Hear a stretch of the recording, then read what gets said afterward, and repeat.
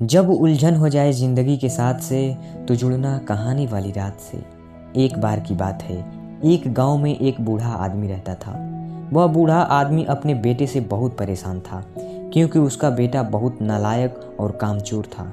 वह कोई काम नहीं करता था और बस गांव में इधर उधर घूमा करता था। तो एक दिन उस बूढ़े आदमी ने अपने बेटे को सबक सिखाने का सोचा। उसने अपने बेटे को अपने पास बुलाया और उससे कहा कि बेटा, घर के अंदर अलमारी में एक घड़ी रखी हुई है, तुम उसे निकाल कर लाओ। लड़का घर के अंदर गया और उस घड़ी को बाहर निकाल कर लाया। फिर उसके पिता ने उससे कहा कि अब तुम एक काम करो, इस घड़ी को अपने साथ बाजार में लेकर जाओ और जितने लोग भी तुम्हें मिलेंगे सबसे तुम इस घड़ी की कीमत पूछ कर आना। अब वो लड़का उस घड़ी को लेकर बाजार में चला गया और उसने बाजार में सभी लोगों से उस घड़ी की कीमत पूछी।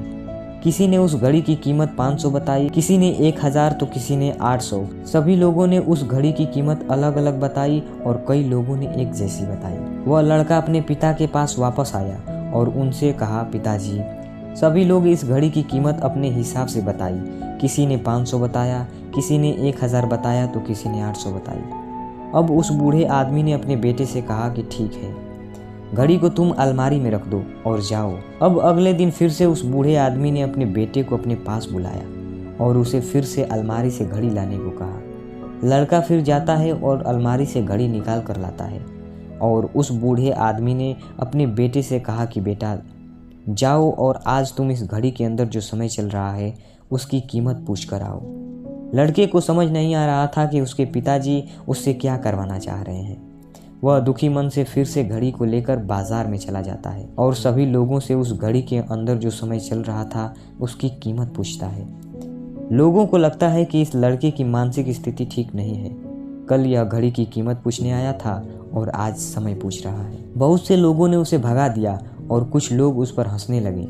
अब लड़का परेशान हो जाता है और सोचता है कि यह मेरे साथ क्या हो रहा है। तभी वह आखिरी बार एक बूढ़े आदमी की दुकान पर जाता है।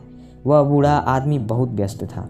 वह लड़के का सवाल सुनते ही समझ गया कि लड़का उससे क्या पूछना चाह रहा है। उस बूढ़े आदमी ने अपना कुछ समय निकालकर लड़के से कहा, बेटा, यह जो समय है ना, जिसकी तुम कीमत पूछ रहे हो, इसकी कोई कीमत नहीं लगा सकता।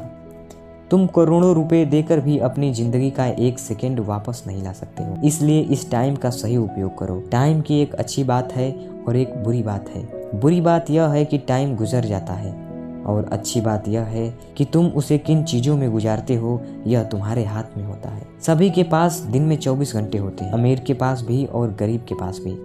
बस यह तुम्हारे हाथ में है कि उस टाइम से क्या नया कर सकते हो। अपने एक एक पल का हिसाब रखो कि तुम उन्हें किन चीजों में उड़ा रहे हो। उस बूढ़े आदमी की बात सुनकर उस लड़के की आंखों में आंसू आ गए। उस लड़के की आंखें खुल गईं, मानो उसमें एक बड़ा सा बदलाव आ गया हो। फिर वह अपने पिताजी के पास उस घड़ी को लेकर गया और उन्हें सारी बात बताई और उस दिन के बाद से उस लड़के की जिंदगी बदल गई। दोस्तों कहते हैं कि टाइम सबके लिए फ्री है, लेकिन वह प्राइसलेस है।